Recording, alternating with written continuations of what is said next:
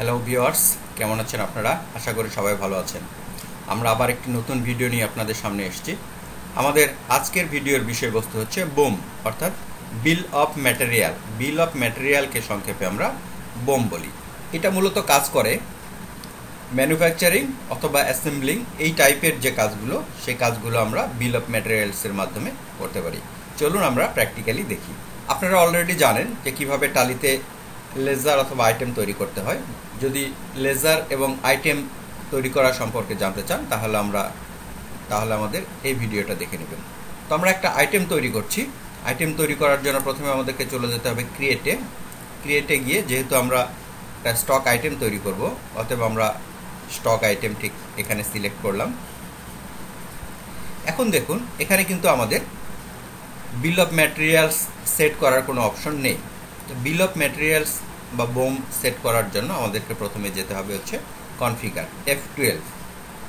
F12 গিয়ে আমাদের এখানে একটা অপশন শো করছে, দেখুন, সেটা হচ্ছে set components list bill of material in stock item. আমরা যদি এটাকে ইয়েস করে দিই, আমরা ইয়েস করলাম এবং কন্ট্রোলে শর্টকাট কমান্ড আমরা এটা সেভ করলাম। আমরা কি করব? আমরা একটা কম্পিউটার তৈরি করব। তার জন্য কিন্তু আমরা আমাদের যে অ্যাসেম্বলিংয়ের আদার্স স্পেয়ার পার্টস বা পার্টস যেগুলো প্রয়োজন, সেগুলো আমরা অলরেডি তৈরি করে রেখেছি। তো আমি এখানে তৈরি করলাম কম্পিউটার নামে একটা আইটেম তৈরি করলাম, আমি প্রাইমারিতে রাখলাম এবং এটার ইউনিট দিয়ে দিলাম পিস। যখন আমি পিস সিলেক্ট করব, তখন কিন্তু আমার এই সেট কম্পোনেন্টস যে অপশনটা, সেই অপশনটা কিন্তু এখানে চলে এসছে। এখন আমি এটাকে ইয়েস করব, ডাবল ক্লিক করে ইয়েস করে দিলাম এবং এন্টার প্রেস করলাম। প্রতিটা বোমের জন্য আমাদের কিন্তু একটা নাম দিতে হয়। তো আমি এখানে এটার নাম দিলাম হচ্ছে পিসি, অর্থাৎ পার্সোনাল কম্পিউটার বা পিসি নাম দিলাম আমি এখানে। এরপরে এন্টার দিলাম। এখানে আমরা যে অপশনটা দেখতে পাচ্ছি এখন, সেটা হচ্ছে ইউনিট অফ ম্যানুফ্যাকচার, অর্থাৎ আমরা মিনিমাম কত ইউনিট ম্যানুফ্যাকচার করার জন্য আমরা এটা সেট করব। এই সেটিংসটাকে আমরা কিন্তু অন্যান্য সফটওয়্যার বা জেনারেল ভাষা এটাকে রেসিপিও বলতে পারি। সাপোজ আমরা যদি একটা কুকিং ম্যাটেরিয়াল নিয়ে কাজ করি, তাহলে একটা পার্টিকুলার ডিশ তৈরি করতে তার যে ইনগ্রেডিয়েন্টসগুলো প্রয়োজন হবে, সেটা যেরকম সেট করতে হয়, ঠিক একইভাবে এই বিল অফ ম্যাটেরিয়াল বা বোমের কার্যক্রম একইভাবে কাজ করে। তো আমি ধরে নিলাম 1 ইউনিটের জন্য আমরা এটাকে সেট করছি। 1 ইউনিটের জন্য আমার কি প্রয়োজন হবে, আমি একদম অ্যালফাবেটিক্যালি, যেহেতু প্রথমে আমার এসছে হচ্ছে হার্ড ডিস্ক, আমি হার্ড ডিস্ক দিব। গোডাউন আমার একটাই আছে, অতএব গোডাউন আমি ওইটাই রাখবো, কোনো চেঞ্জ করব না। আমার কম্পিউটার তৈরি করতে একটা হার্ড ডিস্ক লাগে,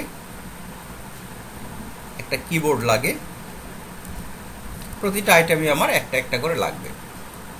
এরপরে মনিটর 1, তারপরে হচ্ছে মাদারবোর্ড সিমিলার 1, মাউস 1, প্রসেসর 1 এবং র্যামও 1। তাহলে এই কয়টা আইটেম আমার প্রয়োজন হবে, আমি এটাকে সেট করে দিলাম। এই কটা আইটেম সেট করার পরে আমার যেটা করতে হবে, সেটা হচ্ছে আমাকে একটা ভাউচার টাইপ তৈরি করতে হবে, যে ভাউচার টাইপের মাধ্যমে আমরা বলবো যে আমাদের আইটেমগুলো তৈরি করা কিভাবে পসিবল হবে। তো আমরা বের হয়ে যাচ্ছি এখান থেকে। এরপরে দেখুন, আমাদের এখানে কিন্তু ভাউচার টাইপ আছে হচ্ছে অ্যাকাউন্টিং মাস্টারের মধ্যে। ভাউচার টাইপে গেলাম, আমরা ম্যানুফ্যাকচারিং অথবা অ্যাসেম্বলিং যাই বলি না কেন, সেটা আমরা করতে পারি। ম্যানুফ্যাকচারিং লিখলাম আমরা এখানে।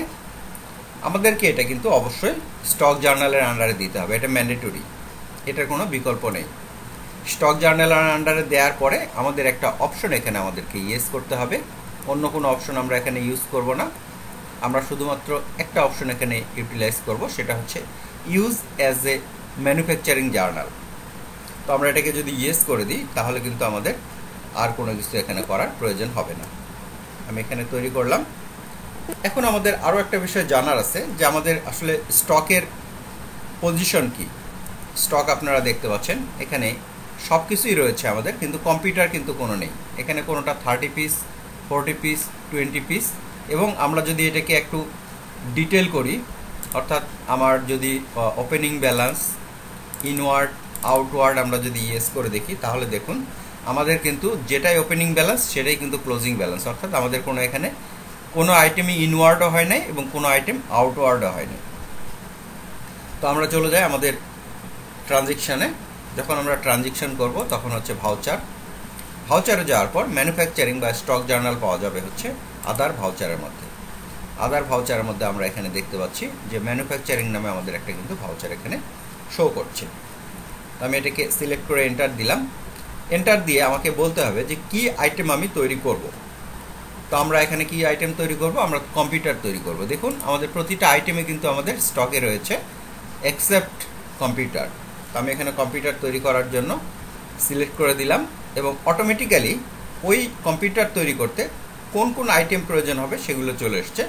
এখন ডিপেন্ড করবে যে কত কোয়ান্টিটি আমরা তৈরি করব। আমাদের গোডাউন একই থাকবে, কোয়ান্টিটি আমরা 10 পিস দিয়ে দিলাম। যদি আমরা 10 পিস দিই তাহলে দেখুন আমাদের প্রতিটা আইটেম 10 পিস করে সে কনজাম্পশন বা ইস্যু করে নিল এখানে অটোমেটিক্যালি। এবং যেভাবে আমরা রেট সেট করে দিয়েছি অথবা যেভাবে আমাদের পারচেস রেট থাকবে তার উপরে ডিপেন্ড করে সে রেটগুলো এখান থেকে নিয়ে নেবে।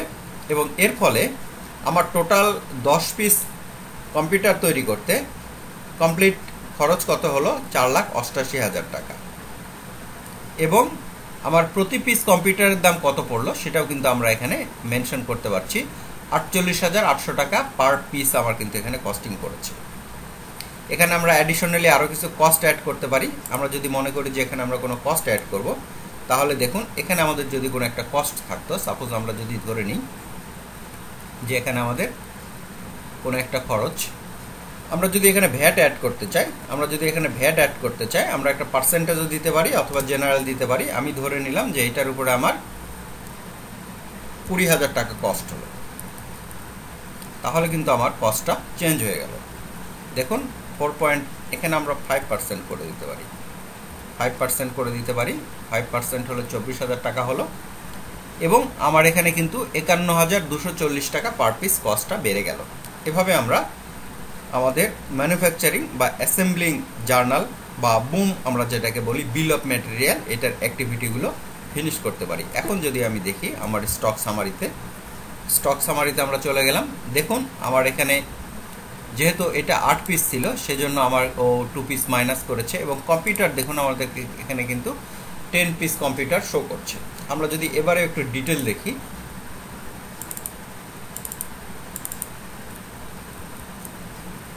দেখুন ও বলছে যে আমার এই আইটেমগুলো কিন্তু আমার ইস্যু করা হয়েছিল এবং এই আইটেমটা কিন্তু আমার এখন ম্যানুফ্যাকচারিং বা ইনওয়ার্ড হয়েছে এবং এটা আমার ক্লোজিং স্টকে আছে। এখন যদি আমরা এটা সেল করি তাহলে আমরা ইজিলি এখান থেকে সেল করতে পারবো। এভাবে মূলত আমাদের বিল অফ ম্যাটেরিয়ালসটা কাজ করে থাকে। তো এই ছিল আমাদের ভিডিওর বিষয়বস্তু। যদি ভিডিওগুলো আপনাদের ভালো লেগে থাকে তাহলে লাইক কমেন্টস করবেন এবং সাবস্ক্রাইব করবেন আমাদের পরবর্তী ভিডিও পাওয়ার জন্য। ধন্যবাদ সবাইকে।